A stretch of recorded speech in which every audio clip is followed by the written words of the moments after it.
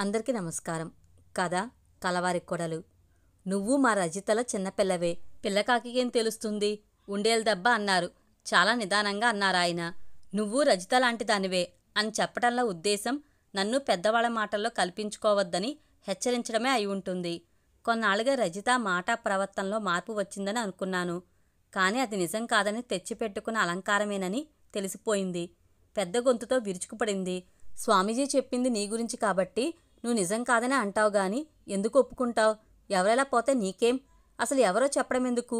మా అక్క చావుకి కారణం నువ్వు కాదు. రజిత మాటలకు నేను తీవ్రస్వరంతోనే అభ్యంతరం చెప్పాను. రజిత, ఆ మాట ఇంకెప్పుడు అనకు. శ్రీలక్ష్మి ఆత్మ ఇక్కడ తిరుగుతున్న మాట నిజమే గాని స్వామీజీ ద్వారా చెప్పిన మాటలు మాత్రం పూర్తిగా అసత్యాలే. ఈ విషయం నీకెలా తెలుసు? కలగన్నావా? వ్యంగ్యంగా అంది. కలగనలేదు. రాత్రి శ్రీలక్ష్మి ఆత్మ నాకు కనిపించి చెప్పింది అన్నాను. రజిత తల పైకెత్తి పెద్దగా నవ్వింది. ఏమిటి? మా అక్క నీకు కనిపించి చెప్పిందా?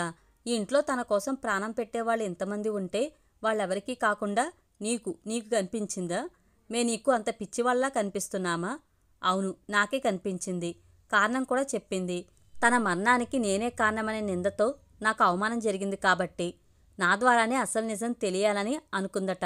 ఆ పైన నా జన్మ నక్షత్రాన్ని బట్టి తన ఆత్మ నాకు మాత్రమే కనిపించే అవకాశం ఉందనే చెప్పింది. మరి నష్టజాతకం అనే మాటని చెరిపేసుకోవడానికి ఇదో ఎత్తు వేసుకున్నావా? బావుంది, చాలా బావుంది. నీ జన్మ నక్షత్రం గొప్పదని మా అక్క నీకు చెప్పిందా? ఇంతకన్నా జోక్ ఉంటుందా? గొప్ప నక్షత్రమని నేను అనలేదు. ఆత్మ కనిపించే అవకాశం ఉందని చెప్పిందన్నాను. ఏదైతేనేం అర్థం ఒకటేగా అని రజిత అంటుండగానే కొంచెం అటు పక్కగా కూర్చున్న నీరజ లేచి నా పక్కన కూర్చుని మెల్లగా, వదినా, నిజమేనా? శ్రీలక్ష్మి ఆత్మ కనిపించిందా అని అడిగింది. ఏమిటి నీరజ, నువ్వును? ఆత్మలు గీత్మలు ఏం లేవు, అంతా బొటకమే. తనేదో కట్టుకథ చెప్తుంటే నిజమని నమ్ముతున్నావా? రజిత నీరజని వెక్కిరింపుగా అడిగింది. అదేమిటి రజిత, ఆత్మ అంటే నీకు నమ్మకం లేదా? నిజమా? మరి రాత్రి స్వామీజీ మాటలకు భయపడి కన్నీళ్లు కూడా పెట్టుకున్నావుగా? ఆశ్చర్యాన్ని చూపించాను. రజిత ఉరుముతున్నట్లుగా చూసింది. ఆత్మల గురించి నాకేం తెలియదు. మా అక్కకి ఈ ఇంట్లో అన్యాయం జరిగిన మాట నిజమేగా, అందుకు నాకు దుఃఖం కలిగింది. గొప్పవాళ్ల మాటలకు విలువ ఉంటుంది. నీలాంటి వాళ్ళకు కూడా ఏదో గాలివాటంగా చెప్తే నిజమేనని ఎవరు నమ్ముతారు? అసలు ఆయన ఎక్కడా, నువ్వెక్కడా? ఈసడింపుగా అంది. నేనే ఇంట్లో మనిషిని కాబట్టి నిజమే చెప్తానని నమ్మొచ్చు. ఆ స్వామీజీ ఎవరో ఎక్కడివాడో ఏం తెలియదు. ఏదో ఉద్దేశంతో ఏదో చెప్పే స్వామీజీలు ఉండొచ్చు. అసలు ఎక్కడో ఏ పని చేసుకునే మనిషో అయినా వేషం భాష మార్చుకుని స్వామీజీకి అవతారం ఎత్తినా మనం కనుక్కోలేం కూడా అని నీరజతో శ్రీలక్ష్మి చనిపోయే ముందు రోజున నీతో ఒక పందెం కాసింది, గుర్తుందా అన్నాను. నీరజ ఆలోచిస్తున్నట్లుగా మొహం పెట్టింది. కోదండంగారి విసురుగా లేచి నిలబడి, మీనాక్షి, నీ పెద్ద కోడలు కలగందో కథ చెప్తుందో నాకేం అర్థం కావడం లేదు. స్వామీజీ గురించి నాకు తెలిసింది తక్కువే. నీకే తెలుసు. ఆయన మాటల గురించి శ్రద్ధ పెట్టి ఆలోచించాల్సింది నువ్వే. భగవంతుడే కాపాడాలి అంటూ 2 చేతులెత్తి పైకి చూస్తూ దండం పెట్టారు. మన ఊరి ఆచారి గారి మందు పడితేనే గాని నాకు ఈ ఉష్ణం తగ్గదు. నే వెళ్తున్నాను అంటూ చకచకా వెళ్ళిపోయారు. రజిత వెనకే వెళ్ళింది. నీరజ నా వైపు చూస్తూ నాకేం గుర్తురావటం లేదే అంది. మన్నాడు సూర్యోదయం ఉండదని, ప్రపంచమంతా నిశ్శబ్దమైపోతుందని, ఏ అలికిడి ఆఖరకు పక్షికూత శబ్దమైన వినబడక నిశ్శబ్దమైపోతుందని శ్రీలక్ష్మి అంటే రేపే కలియుగాంతం వస్తుందంటావా అని నువ్వు నవ్వావట కదా. అప్పుడు శ్రీలక్ష్మి అవును నిజమని పందెం కడితే కాదని నువ్వు పందెం అన్నావు. తను ఓడిపోతే తన ముత్యాల హారం నీకిస్తానని అందట కదా. నీరజ ఉద్వేగంతో చిన్నగా కేక పెట్టేసింది. అవును వదినా, ఆ రోజు ఇద్దరం అలా అనుకున్నాం. ఈ మాట నేనెవరితోనూ అనలేదు. నీకెలా తెలిసింది? చెప్పానుగా, శ్రీలక్ష్మి ఆత్మ చెప్పింది అంటూ చిరునవ్వు నవ్వాను. తను చనిపోతుంది కాబట్టి మన్నాటికి తనకి ప్రపంచమంతా చీకడే కదా అనే ఉద్దేశంతో శ్రీలక్ష్మి అలా అందట. పందెమంటే ఎవరో ఒకరే గెలిచే అవకాశం ఉంటుంది. కానీ ఇక్కడ మాత్రం మీరిద్దరూ గెలిచినట్లే అయిందట.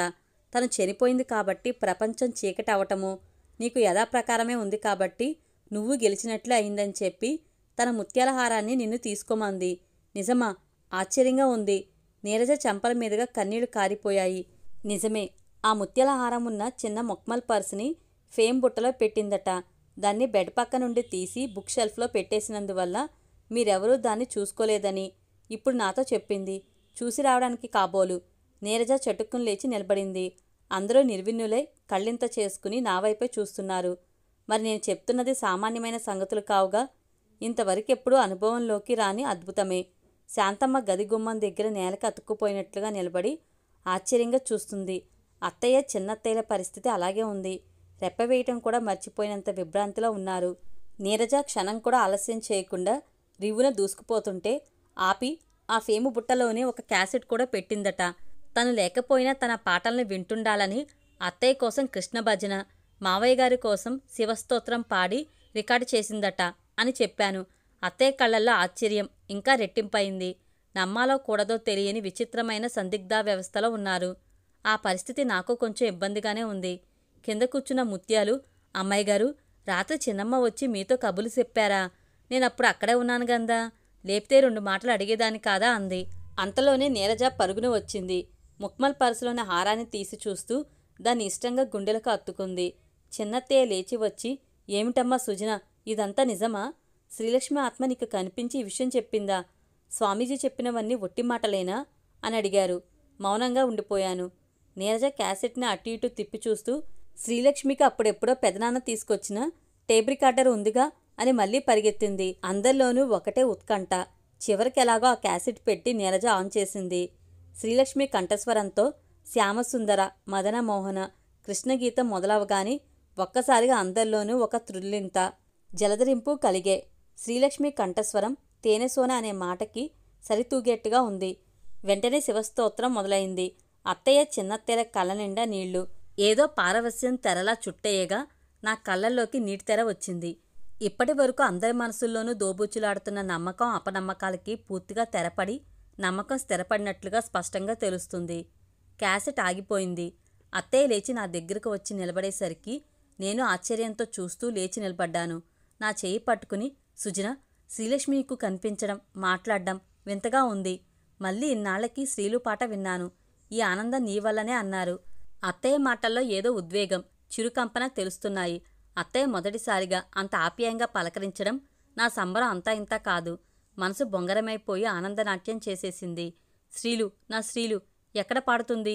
మెల్లగా బలహీనంగా వినిపించిన ఆ మాటలకు అందరూ ఒక్కసారిగా ఉలిక్కిపడి తలలు తిప్పి చూశారు. నిజంగా అద్భుతమే.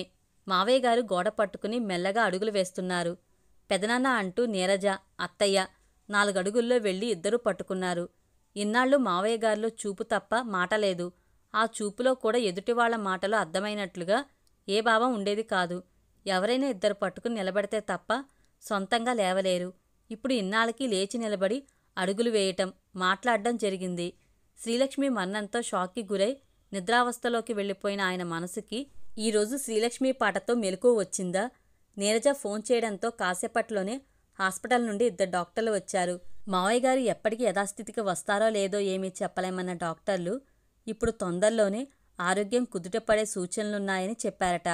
కాకపోతే వెంటనే మునుపటి విషయాలన్నీ గుర్తు చేయవద్దని, మెల్లమెల్లగానే తెలియజేయాలని సూచించి మందులేవో మార్చి రాశారు. ఆ రోజంతా ఇంట్లో అడావిడే, పండగ వాతావరణమే. శాంతమ్మ నా చేయి పట్టుకుని రాత్రంతా ఇలా జరిగిందేమిటని ఏడుస్తూనే ఉన్నాను. తెల్లారేసరికి ఇంత ఆనందం. చిన్నమ్మ, అవునమ్మా, చిన్నమ్మే తిరిగి వచ్చేసినంత సంబరంగా ఉంది మిమ్మల్ని చూస్తుంటే అంది. మీది చిన్నమ్మలా మంచి మనసు కాబట్టే మీకు కనబడ్డారు. కళ్ళు తుడుచుకుంది. శాంతమ్మ, శ్రీలక్ష్మి నీకో విషయం చెప్పమంది. రంగా ఎవరో కన్నడ అమ్మాయిని ఇష్టపడుతున్నానని చెప్పాడటగా. పెళ్లికి ఏం అభ్యంతరం చెప్పకుండా అంగీకరించమని తన సలహాగా నీకు చెప్పమంది అన్నాను. శాంతమ్మ కళ్ళు ఆశ్చర్యంతో పెద్దవయ్యాయి. ఏమిటమ్మా, నిజమా? నిజమే అన్నాను. శాంతమ్మ కళ్ళల్లో మళ్ళీ నీళ్లు. ఆ రోజు నేనేదో పరధ్యానంగా ఉన్నానని చిన్నమ్మ కారణం అడిగితే రంగా చెప్పిన మాట చెప్పాను. వాడికి ఆ పెళ్లి నాకిష్టం లేదని చెప్పలేదు గాని మన భాష తెలియని అమ్మాయి కోడలైతే మాటామంతి ఉండదుగా అన్నానంతే. ఇదే చిన్నమ్మగారికి అప్పుడు చెప్పాను. అది గుర్తు పెట్టుకుని నాతో చెప్పమని ఆ తల్లి చెప్పిందా? నేనేం మాట్లాడకుండా నిశ్శబ్దంగా ఉండిపోయాను. శాంతమ్మ పెదవుల మీదకు చిరునవ్వు వచ్చింది. మొన్న రంగా వచ్చినప్పుడు చెప్పాడు. కోడలతో మాటలుండవని సంశయం అక్కర్లేదమ్మా. తెలుగు బాగా నేర్చుకుని తెలుగులో నీకు ఉత్తరం రాయగలిగిన తర్వాతే మా పెళ్లి జరుగుతుందని ఆ అమ్మాయి అందని చెప్పాడు. నీ పట్ల అంత గౌరవం చూపించే మంచి అమ్మాయి కోడలుగా వస్తే ఏ సమస్యలు ఉండవు. రంగా జీవితం సుఖంగా గడిచిపోతుంది అన్నాను. అప్పుడు రజిత చెప్పిన సంబంధం గుర్తుకొచ్చి మనసులోనే నవ్వుకున్నాను. అవునమ్మా, నాకు మాత్రం అంతకు మించి ఏం కావాలి అంది. అప్పుడే అటుగా వచ్చిన ముత్యాలు, చిన్నమ్మ మళ్ళీ కనిపిస్తే నాకు చెప్పాల్సిందే అంది. సరేగాని 2 మాటలు అడగాలన్నావు. ఏం అడగాలేమిటే అన్నాను. మీరే చెప్పండమ్మా. చిన్నమ్మ కోసం పానాలు పెట్టేవాళ్ళు ఇంతమంది ఉండగా ఎవరూ లేనట్టు అలా చెయ్యొచ్చా? కష్టాలు మనుషులకే గందా వస్తాయి. కడుపులో పెట్టుకుని కాపాడుకునే పెద్దమ్మ గోరికి చెప్పుకోవాలి గాని పానాలు తీసుకోవచ్చా? అందరూ ఎంత బెంగెట్టేసుకుంటారనే ఆలోచన చెయ్యొద్దా? ఇదే ఈ మాటే గట్టిగా అడిగేయాలా? చేతులుపుతూ ముత్యాలన్న మాటలకి నేను విస్తుపోయాను. పిచ్చమ్మ అంటారు గాని ఎంత తెలివిగా మాట్లాడుతుందో ఒక్కోసారి. నిజమే, ఆత్మహత్యలు చేసుకునేవాళ్ళు తమ బాధల గురించే కాకుండా తమ మరణం కన్నవాళ్లకి అయిన వాళ్ళకి ఎంతటి తీరని దుఃఖాన్ని కలిగిస్తుందో ఆలోచించగలిగితే అలాంటి సాహసాన్ని చేయలేరు. ఎలాంటి సమస్యలతోనైనా పోరాడాల్సిందే తప్ప జీవితాన్నుండి పారిపోకూడదు. జీవితాన్నే తృణప్రాయంగా వదిలేయగలిగినప్పుడు సమస్యలెందుకు భారమవుతాయి? ఇలా ఎందుకు ఆలోచించరు? ఆలోచించనివ్వని ఆవేశమే ఆత్మహత్యలకు కారణమవుతుందేమో. ఎలాంటి కష్టమైన ప్రాణం కంటే ఎక్కువ కాదనే దృఢమైన అభిప్రాయాన్ని పిల్లలకు తల్లిదండ్రులే కలిగించాలి. స్వామీజీ చెప్పినప్పుడు ఆత్మలేమిటి, అలా చెప్పడమేమిటి, ఒట్టిదే అనిపించిందమ్మా. కానీ ఇప్పుడు మీరు చిన్నమ్మ ఆత్మతో మాట్లాడారన్నారు కాబట్టి ఆత్మలనేవి నిజమేనని తెలిసింది అంది శాంతమ్మ. ఒకరి మీద మనకున్న ఇష్టం, నమ్మకాన్ని బట్టి అభిప్రాయాలు మారిపోతాయి కాబోలు. ముత్యాలు కూడా అంతే. రాత్రి స్వామీజీ మాటలు నిజం కాదని నాతోనే అంది. నేను ఈ పూట చెప్తుంటే నిజమేనని నమ్మింది. శ్రీలక్ష్మి ఆత్మ కనిపించడం అనేది ఇంట్లో ఓ సంచలన వార్త అయింది. ఆ సంచలనానికి నేను కేంద్ర బిందువయ్యాను.